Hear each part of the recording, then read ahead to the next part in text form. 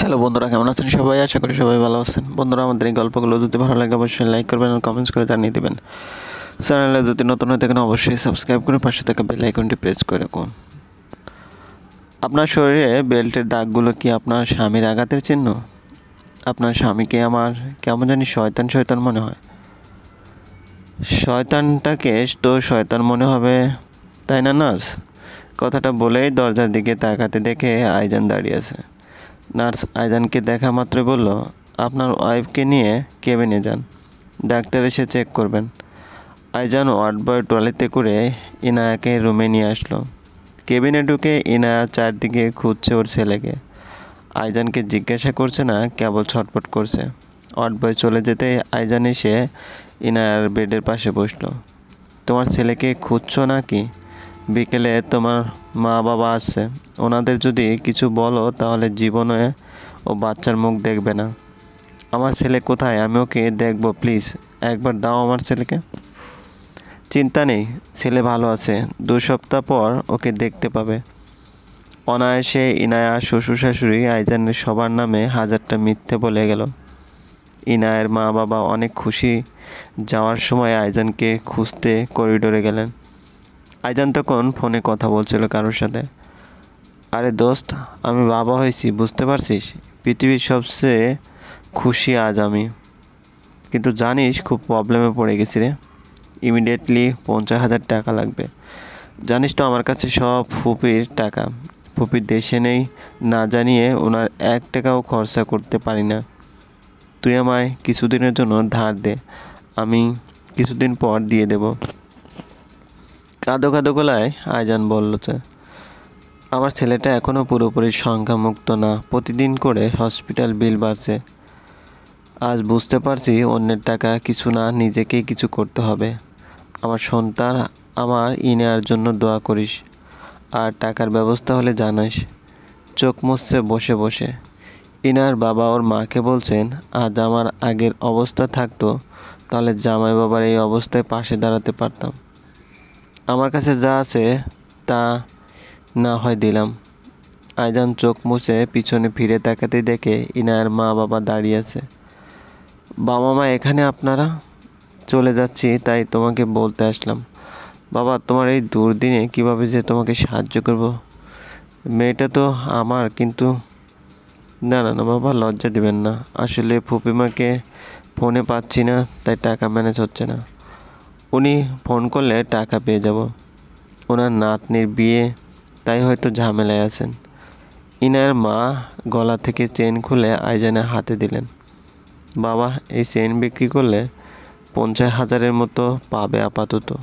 এই বিপদ থেকে তো রক্ষা পাবে।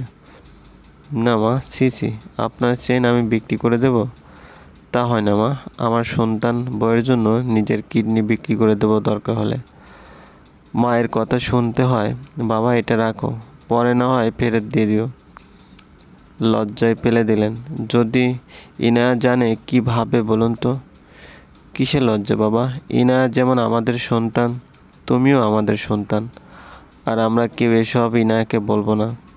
ইনায়ার মা বাবা চলে যেতে আইজান শয়তানের মতো হাসি দিল। মেয়ে যেমন বোকা, তেমনি মা বাবাও। হা হা হা। ইনায়া জানতেও পারলো না আইজান ওর বাবা মাকে বোকা বানিয়ে চেন ছিনিয়ে নিল। 2 সপ্তাহ পর ইনায়া আর বাচ্চাকে নিয়ে বাসায় যাওয়া হলো।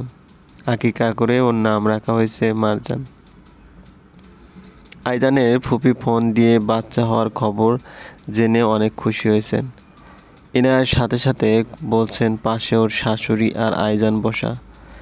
এমনভাবে বসে আছে যেন ভুল কিছু বললেই ওর আমতা আমতা করে ফুপির কথার উত্তর দিল ইনায়া।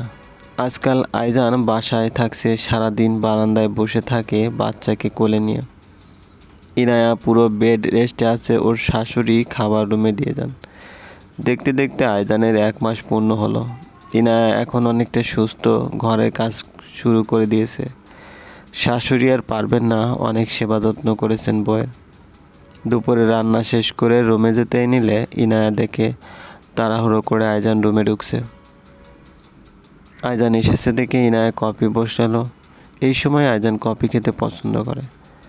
কফির মগ হাতে নিয়ে রুমে গেল ইনায়া।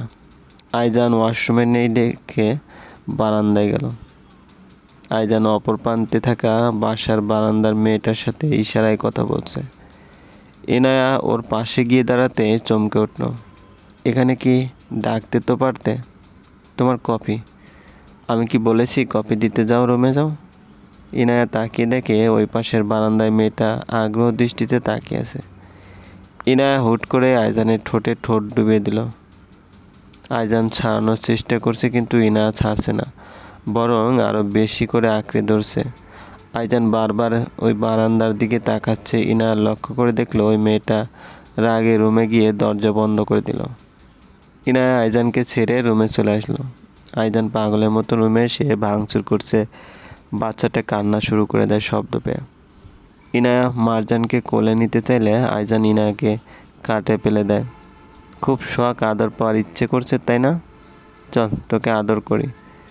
এমন করো না আইজান, আমার সেলাই এখনও শুকায়নি, প্লিজ ছেড়ে দাও। তুই এমন করলে কেন? আমি ওই মেয়েটার সাথে কথা বলছি, তা দেখে তোর এত পড়ে কেন? তুমি আমার স্বামী, আমার বাচ্চার বাবা, তোমাকে সঠিক পথে আনা আমার দায়িত্ব। তোর দায়িত্বে আমি লাথি মারি, মনে রাখিস পরের বার আমি কোনো বিষয়ে নাক গলাবি না। তুমি যতবার খারাপ কাজ করবে আমি ততবার তোমার সামনে গিয়ে দাঁড়াবো, তোমাকে খারাপ পথ থেকে ফিরিয়ে আনবই। মুখে মুখে কথা বলিস, মুখ চিরতরে বন্ধ করে দেব। দাও, একদম মেরে দাও, মরে যাই এই নরক যন্ত্রণা থেকে। নরক যন্ত্রণায় আছিস তাই না? এবার বুঝবি নরক যন্ত্রণা কাকে বলে। আইজান ইনায়াকে ছেড়ে উঠে গিয়ে মারজানকে কোলে নিয়ে বেরিয়ে গেল। আমার ছেলেকে কোথায় নিয়ে যাচ্ছ? রুম থেকে বেরিয়ে বাইরের দিকে লক করে দরজা বন্ধ করে আইজান ইনায়া ঘরের ভিতর থেকে চিৎকার করছে, আমার ছেলেকে দিয়ে যাও প্লিজ। কারো সারা শব্দ নেই। কিছুক্ষণ পর থেকে মারজান কান্না করছে, ওর খিদে পেয়েছে। রুমে কাছে ওকে নিয়ে বসে আছে আইজান। ছেলের কান্না শুনে ইনায়ার ভিতর ফেটে যাচ্ছে। রুমের দরজা খুলে দিতে ইনায়া মারজানকে কোলে নিয়ে 1000টা চুমু দিয়ে রুমে গিয়ে ছেলেকে খাইয়ে ঘুম পাড়িয়ে দিল। ছেলের পাশে নিজেও ঘুমিয়ে পড়ল। আইজানে 1000টা দোষ মুখে বুঝে সহ্য করে নেয় ছেলের দিকে তাকিয়ে। এ বাড়িতে এখন কাজের লোক নেই, সবার জামা কাপড় কেচে দেওয়া, রান্নাবান্না, ঘর মোছা সবগুলো এক হাতে সামলাতে হয় ইনায়াকে। নিজের কাছে একটা ফোন পর্যন্ত নেই। এদিকে আইজানের ফুপি মাসে মাসে ইনায়াকে ওর বাচ্চাকে টাকা পাঠাচ্ছেন। 3 মাস পর থেকে মারজান বুকের দুধ খেতে চায় না। ডক্টর দেখিয়ে দুধ নিয়ে আসা হয়েছে। আজ 3 দিন হলো দুধ শেষ হয়ে গেছে। অনেক বলার পরও আইজান নিয়ে আসে না। ওর না কি মনে থাকে না? চলবে। গল্পটি ভালো লাগলে অবশ্যই লাইক করবেন আর কমেন্টস করে জানিয়ে দিবেন। আমি বাবা হয়েছি, বুঝতে পারছিস? পৃথিবীর সবচেয়ে খুশি আজ আমি। কিন্তু জানিস খুব প্রবলেমে পড়ে গেছি রে। ইমিডিয়েটলি 50,000 টাকা লাগবে। জানিস তো আমার কাছে সব ফুপির টাকা। ফুপির দেশে নেই, না জানিয়ে ওনার 1 টাকাও খরচা করতে পারি না। তুই আমায় কিছুদিনের জন্য ধার দে, আমি কিছুদিন পর দিয়ে দেব। কাঁদো কাঁদো গলায় আইজান বলছে, আমার ছেলেটা এখনও পুরোপুরি সংখ্যামুক্ত না, প্রতিদিন করে হসপিটাল বিল বাড়ছে। আজ বুঝতে পারছি অন্যের টাকা কিছু না, নিজেকেই কিছু করতে হবে। আমার সন্তান, আমার ইনায়ার জন্য দোয়া করিস, আর টাকার ব্যবস্থা হলে জানাস। চোখ মুছছে বসে বসে। ইনার বাবা ওর মাকে বলছেন, আজ আমার আগের অবস্থা থাকতো তাহলে জামাই বাবার এই অবস্থায় পাশে দাঁড়াতে পারতাম। আমার কাছে যা আছে তা না হয় দিলাম। আইজান চোখ মুছে পিছনে ফিরে তাকাতেই দেখে ইনায়ার মা বাবা দাঁড়িয়ে আছে। বাবা মা এখানে? আপনারা? চলে যাচ্ছি, তাই তোমাকে বলতে আসলাম। বাবা, তোমার এই দুর্দিনে কীভাবে যে তোমাকে সাহায্য করব। মেয়েটা তো আমার, কিন্তু না না না বাবা, লজ্জা দিবেন না। আসলে ফুপিমাকে ফোনে পাচ্ছি না, তাই টাকা ম্যানেজ হচ্ছে না। উনি ফোন করলে টাকা পেয়ে যাব। ওনার নাতনির বিয়ে, তাই হয়তো ঝামেলায় আছেন। ইনার মা গলা থেকে চেন খুলে আইজানের হাতে দিলেন। বাবা, এই চেন বিক্রি করলে 50,000-এর মতো পাবে আপাতত। এই বিপদ থেকে তো রক্ষা পাবে। না মা, ছি ছি, আপনার চেন আমি বিক্রি করে দেব?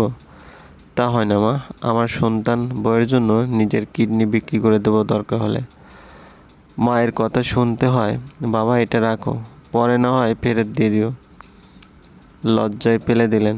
যদি ইনায়া জানে কি ভাবে বলুন তো? কিসের লজ্জা বাবা? ইনায়া যেমন আমাদের সন্তান, তুমিও আমাদের সন্তান। আর আমরা কেউ এসব ইনায়াকে বলবো না। ইনায়ার মা বাবা চলে যেতে আইজান শয়তানের মতো হাসি দিল। মেয়ে যেমন বোকা তেমনি মা বাবাও। হা হা হা। ইনায়া জানতেও পারলো না আইজান ওর বাবা মাকে বোকা বানিয়ে ছিনিয়ে নিল।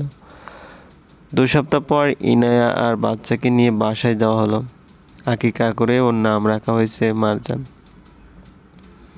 আইজানের ফুপি ফোন দিয়ে বাচ্চা হওয়ার খবর জেনে অনেক খুশি হয়েছেন। ইনায়ার সাথে সাথে বলছেন পাশে ওর শাশুড়ি আর আইজান বসা। এমনভাবে বসে আছে যেন ভুল কিছু বললেই ওর আমতা আমতা করে ফুপির কথার উত্তর দিল ইনায়া। আজকাল আইজান বাসায় থাকছে, সারাদিন বারান্দায় বসে থাকে বাচ্চাকে কোলে নিয়ে। ইনায়া পুরো বেড রেস্টে আছে, ওর শাশুড়ি খাবার রুমে দিয়ে যান। দেখতে দেখতে আইজানের 1 মাস পূর্ণ হলো। ইনায়া এখন অনেকটা সুস্থ, ঘরের কাজ শুরু করে দিয়েছে। শাশুড়ি আর পারবেন না, অনেক সেবা যত্ন করেছেন বউয়ের। দুপুরে রান্না শেষ করে রুমে যেতে নিলে ইনায়া দেখে তাড়াহুড়ো করে আইজান রুমে ঢুকছে। আইজান এসেছে দেখে ইনায়া কফি বসালো। এই সময় আইজান কফি খেতে পছন্দ করে। কফির মগ হাতে নিয়ে রুমে গেল ইনায়া। আইজান ওয়াশরুমে নেই দেখে বারান্দায় গেল। আইজান অপর প্রান্তে থাকা বাসার বারান্দার মেয়েটার সাথে ইশারায় কথা বলছে। ইনায়া ওর পাশে গিয়ে দাঁড়াতে চমকে উঠল। এখানে কি? ডাকতে তো পারতে। তোমার কফি। আমি কি বলেছি কফি দিতে যাও, রুমে যাও?